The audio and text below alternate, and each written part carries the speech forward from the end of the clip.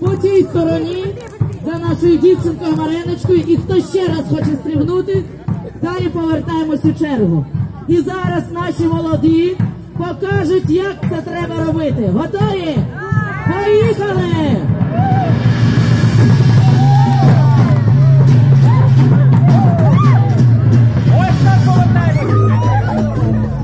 Молоді, розтягайтесь!